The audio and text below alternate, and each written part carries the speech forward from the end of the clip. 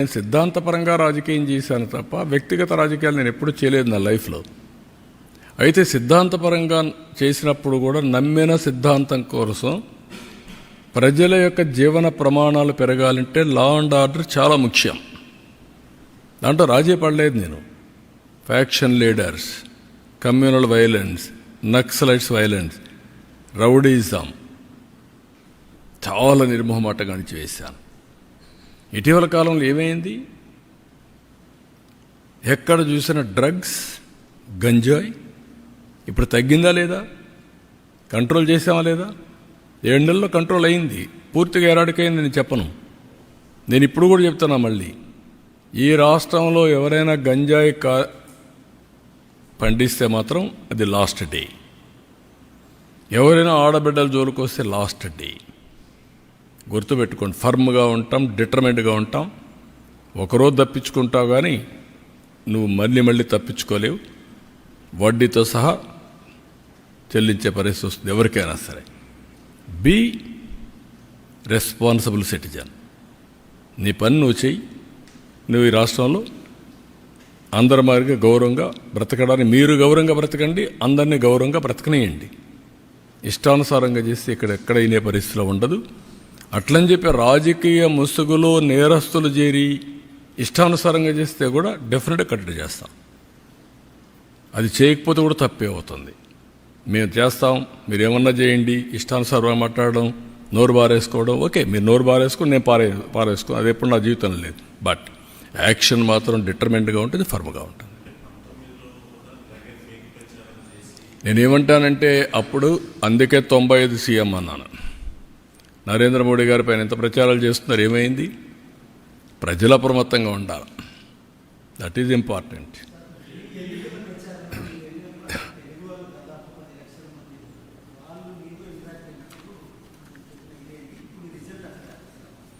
నేననేదంటే నేను పోయిన దానికి వచ్చిందనేది కాదు. ఇది వెరీ క్లియర్, మీరందరూ గుర్తుపెట్టుకోవాలి. ప్రధానమంత్రి నరేంద్ర మోడీ గారి పైన నమ్మకం ఇది. ఆయన అవలంబించే మోడల్ ఈజ్ రైట్ మోడల్ అని ప్రజలు విశ్వసిస్తున్నారు. అందుకే 3 సార్లు గెలిచారు. గుజరాత్లో 5 సార్లు గెలిచారు. ఆ నమ్మకం అనేది అక్కడ ప్రజల్లో చైతన్యవంతమైన ప్రజానీకం. ఇప్పుడు మీరు అడుగుతున్నారు, అక్కడ మళ్ళీ వేరే వాళ్ళు గెలుస్తారని నమ్మరు. ఆయనకి ఇప్పుడే డౌట్, మళ్ళీ 2.0 వస్తానన్నాడు. అంటే మీకు ఇప్పటి నుంచే మళ్ళీ ఫియర్ సైకో స్టార్ట్ అయిపోతా ఉంది. వాడు వస్తే ఏమవుతుంది, మళ్ళీ నిద్రపోతామా లేదా, ఏమైపోతాం అంటే దాంతో మనం ఇంకొంచెం నర్వస్ అయ్యి ఇంకా ఎక్కువ తప్పులు చేయాలని చూస్తాం. I'm not interested in that. I want deal firmly everybody equally. కాబట్టి మీరు అన్ని దాంట్లో ఒకటే గుర్తుపెట్టుకోవాల్సింది ఏంటంటే, model is same, people are different. But ultimately every citizen is thinking same. యూనిఫామ్గా అదే ఆలోచిస్తాడు. ఓసారి మోసపోతారు. మోసగాళ్ళు ఉన్న దగ్గర మోసపోతారు. మోసగాళ్ళు లేకపోతే కొంచెం స్ట్రైట్గా పోతూ ఉంటారు. అది వచ్చింది. దాన్ని ఇప్పుడు ఎక్స్ట్రా ఎఫర్ట్ పెట్టాలి. ఇక్కడ ఈ పొలిటికల్ పొల్యూషన్కి ఈ ఇంటర్నెట్లో పెట్టే, సోషల్ మీడియాలో పెట్టేదంటే నేను ఎక్స్ట్రా ఎఫర్ట్ పెట్టాలి everyday. That is biggest task. నేను అందరికంటే బాగా పనిచేసి సంపద సృష్టిస్తానని చెప్తున్నాను. నీ సంపద ఎవరికి కావాలి? నువ్వు కక్ష తీర్చుకో, లేకపోతే నన్ను తిట్టు అంటే నేను ఎక్కడ తిట్టగలుగుతానవన్నీ? రాజకీయాల్లోకి వచ్చింది పబ్లిక్ని తిట్టడానికో లేకుంటే ఇచ్చేయడానికి కాదు కదా. దుర్మార్గుల్ని హ్యాండిల్ చేయాలి. No question of compromise. అవినీతి పరులు గుండెల్లో నిద్రపోవాలి. No question.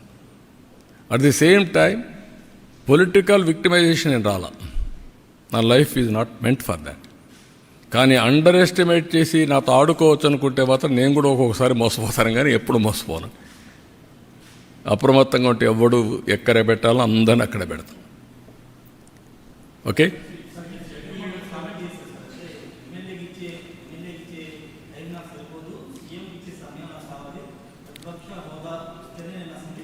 దాన్ని ఏమంటారు బ్రదర్? నువ్వు నన్ను అడుగుతున్నావు ఏమంటావు దాన్ని? నీతో ఎవరన్నా మాట్లాడుతుంది ఏమంటావు? ఒప్పుకుంటావా? మీ ఇంట్లో నీకు అమ్మతో మాట్లాడితే నీ పక్కన మాట్లాడితే ఒప్పుకుంటావు వారిగా? మరి ఇక్కడ ఎందుకు ఒప్పుకుంటున్నావు? అంటే నువ్వు ఎందుకు అడుగుతావు నన్ను? దట్ ఈజ్ వేర్ అదే ప్రాబ్లం. మీకు అక్కడే చెప్పాలా మీకు ధైర్యం ఉంటే. ఏమయ్యా నీకు ఎమ్మెల్యేగా ఓటేశారు, ఎంపీగా ఓటేస్తే ఎంపీగా ఉంటాడు తప్ప ప్రతిపక్ష స్థానానికి వేయకపోతే నాకు ప్రతిపక్ష స్థానం ఇవ్వాలి, పీఎంతో సమానంగా ఇవ్వాలంటే ఎందుకు ఇస్తారండి? ఎందుకు ఇవ్వాలంటున్నా? ఎవరిస్తారు? బ్యూటీ ఆఫ్ డెమోక్రసీ అర్థం చేసుకోకపోతే, ప్రజాస్వామ్య విలువలు అర్థం కాని వాళ్ళకి ఈ మరుగున ఉంటారు. వితండవాదాలు చేస్తే ఎవరు సమాధానం చెప్పలేం.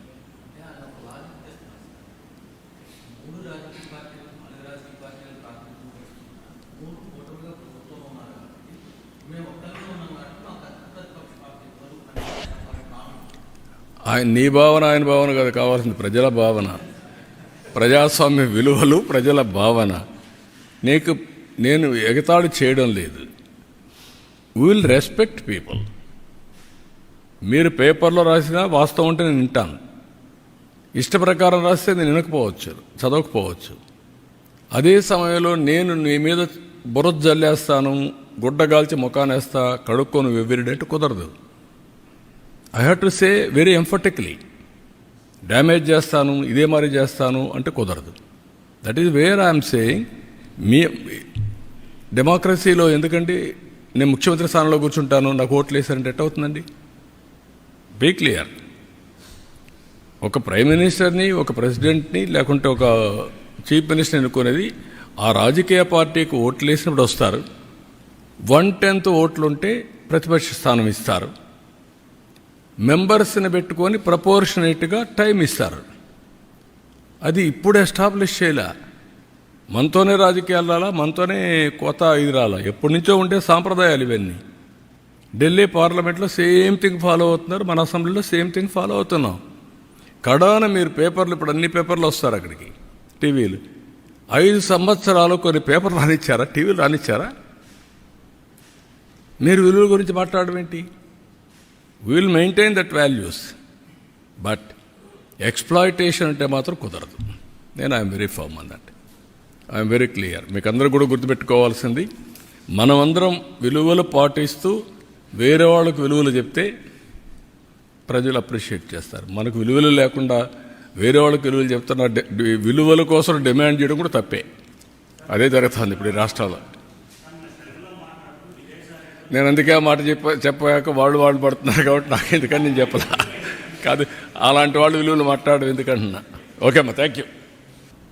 మంచి అని చెప్పే మనస్తత్వం ఉంటుంది. ఒక్కోసారి మోసపోయినప్పుడు మళ్ళీ దానికి అవకాశం కోసం సెర్చ్ చేసే పరిస్థితికి వస్తారు. అదే ఢిల్లీలో జరిగింది, అదే ఆంధ్రప్రదేశ్లో జరిగింది.